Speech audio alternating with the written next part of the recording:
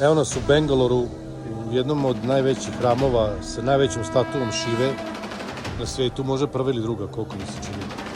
Ali postoji se pitanje ko je Šiva. Za zapadnjake, za hrišćanje, Šiva je satana, pošto ima taj trozubac, tako deluje kao da on je đavo, ali međutim sve je to daleko od istine. On je zapravo jedna manifestacija Boga i on je u stvari uništitelj. Ali on uništava ono što ne valja. Znači sve ono što ne valja, što je loše, on to uništi da bi se stvorilo nešto novo. Tako da Om Nama Šivaja. Šiva ima kobru, ima ova zrnca koja su s ovog drveća, generalno se Nepala se to donosi, Rudrakša se zove.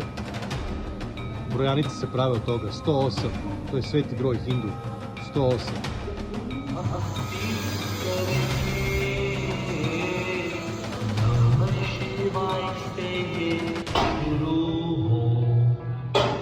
Shiv की पूजा करे